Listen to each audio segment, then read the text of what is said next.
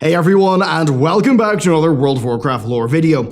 Death is a pretty new discussion topic for the game. Now, sure, we've always had Yogg-Saron and the Lich King, but it's only really recently that we've been going into it sort of deeply with characters like Sylvanas, with the Void flipping out at death, and the creation of light-based undead characters like Kalia. So we've then recently also found out that Bwonsamdi has a boss. Now, if you've missed that video, it's really important and you should probably check it out before you watch this one, because today we're expanding on that with a new character, Mueh'zala. Well, for most of us, he's going to be new, but he's not actually new because he was first mentioned all the way back in vanilla, and he has not been forgotten, with Blizzard referencing him in Battle for Azeroth content. Hell, today we're even going to mention Razan's mum. So, Mueh'zala is a troll Loa, a Loa of death. Yes, A, not the. While Bwonsamdi is big and well known, he is not the only death-associated Loa. So, Mueh'zala is worshipped by the Sand Fury trolls, and unlike Bwonsamdi, he's very mysterious. He does not appear in a fixed form, which I suppose already makes him a bit more spooky. Now, Mueh'zala seemingly resides in the Shadowlands. We're not exactly sure there, but what we do know is that he seems to be of a bit of a different nature to Bwonsamdi. Now, this is based off Traveler, the Spiral Path, which released this February. Now, our cast in the book eventually get captured, and they're about to be sacrificed to Mueh'zala. Right as Mueh'zala is about to take, Murky as a snack, Aram steps in front of him. Mueh'zala stops, and he says that they will clash one day, and that if Aram lost that battle, Mueh'zala would feast on all of Azeroth.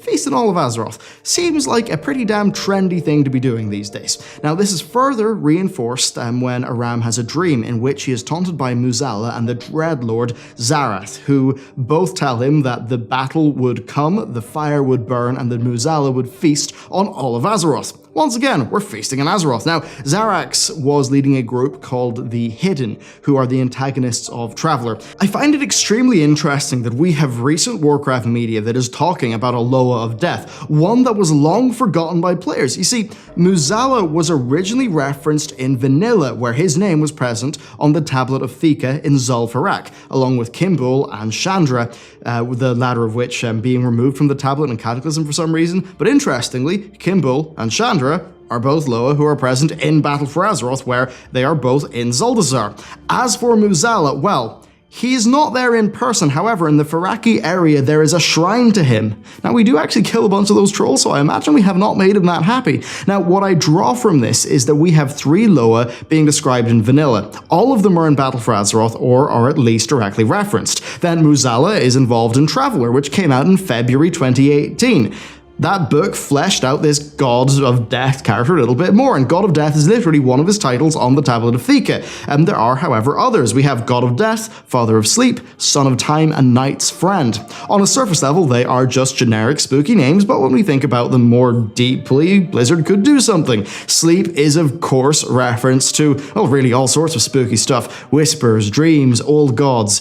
It's a whole part of the Lovecraftian toolkit, and indeed of most horror archetypes. Son of Time is very interesting. Time has a bit of an incomprehensible scale, which feels kind of Lovecraftian, but then of course you've also got to think about in the context of WoW, with Nozd'umu and of course Aman'Thul, who empowered Nozd'umu. Now, before I keep on going along this line of thinking, we need to talk about Odyn. Yep, Odyn, because this is where things get wild. In the first passage from the Legends of Odyn, Odyn had decided that he wanted to see into the Shadowlands in order to pick the strongest spirits for his Valajar. Helya was still on his side at that time, and she warned him that this is just dangerous stuff, don't be playing with it, but of course he persisted anyway. Now, this is what happens when he first saw the Shadowlands. A great spirit appeared to Odyn from this circle, billowing up from the ethereal mists, shapeless, to surround the keeper with shadow. What will you give, the spirit asked, to peer beyond the veil of this world? Wise Odyn considered the wraith's question. I have 2 eyes, he replied. One to see in this world of mortals, and one to see in the realm of spirits. And with that, Odyn plucked out his own eye from his head and presented it to the spirit. The spirit clasped his eye and swallowed it whole, and Great Odyn saw. Seeing through this given eye, Great Odyn saw the Shadowlands. He saw life, saw it even in the land of death, and he was satisfied that his Valajar would live beyond the mortal realm.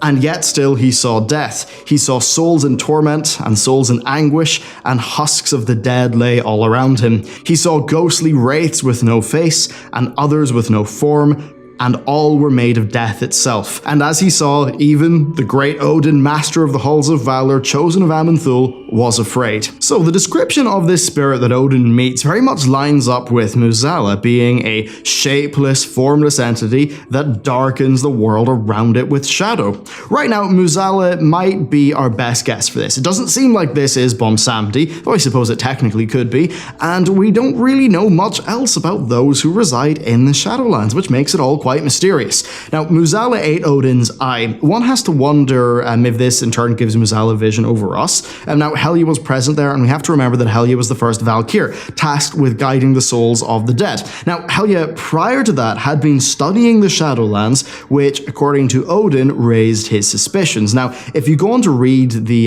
tablet of the legend of Odyn that covers that story, you can tell that it's an extremely biased account of events, so I wouldn't really trust it too much. Odyn is clearly trying to cover up what really happened with Helya, and I mean, just listen to this. There are many tales out there that claim Odyn forced Helya to become Valkyr against her will. Only a fool would believe such things. This story comes from Odyn himself, and how could anyone hold another's word above his?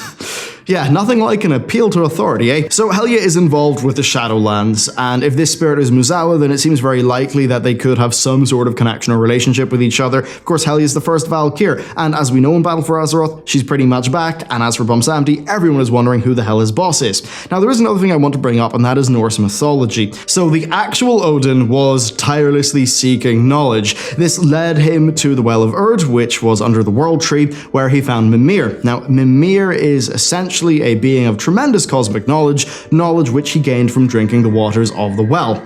Odyn asked Mimir if he could drink from the well, but he was denied, and he only got a drink from the well after he gouged out his own eye.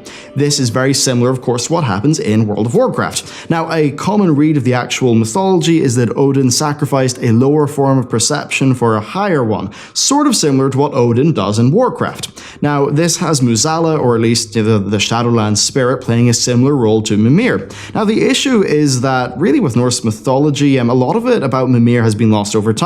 He seems to have been a counselor figure who the gods would regularly go to for advice. I don't really think there's much of a direct link between the two characters, Mimir and the Shadowland spirit, to be honest, other than Blizzard taking heavy inspiration, but there was one thing that piqued my interest, which is that during Ragnarok, it is said that the sons of Mim are at play while fate burns. So that's kind of interesting. So Mueh'zala could be the spirit from the Shadowlands that fulfills an analogous role to that of Mimir from Norse mythology. Now, I'm not that well read in Norse mythology, so if you do have a better read in this, please do let me know. But regardless of the actual mythological inspirations, there is a decent chance that Mueh'zala is the spirit who Odyn gave his eye to.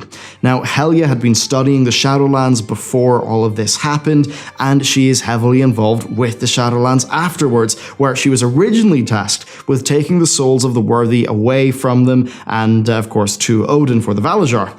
Now, that of course changed when she betrayed him, which really is what leads us into the modern lore and what that character has been doing recently. So it's all very interesting. As for Bwonsamdi, well, he seems to be more of a caretaker of the dead. He seems to take them into his realm and care for them, or at least that's what we're led to believe. Mueh'zala, though, seems to be less of a caretaker of the dead and instead a force of death itself. Actually, in Traveler, he literally is referred to as death. Just that, just death. Now, the final thing I want to mention here is Razan's mum, Zabala, who seems to be tremendously evil and has a fascinating real-world inspiration. There are stories of how looking at her would turn you putrid, turn you into a skeleton, cause you to die just coughing up blood. Basically a bunch of vile, horrible stuff. Now, her name is an actual reference to Xibalba, which is the Mayan underworld. Now, I've seen some speculation that reads really deep into this, but she is just described as being the first of the devil swords, and that doesn't seem overly special to me. Overall, what we know is Bwonsamdi has existed for a very long time, even before the trolls existed. That means the same likely goes for Mueh'zala. That says to me that they may be quite primal in nature and are of a similar era to that of the original Titan keepers like Odyn and Helya. So what can we draw from this? Well, we know that there is a second troll, Low of Death, who is currently active. They seem to be overtly evil when compared to Bwonsamdi. Mueh'zala talks about consuming Azeroth. Now that would place him firmly against the Void.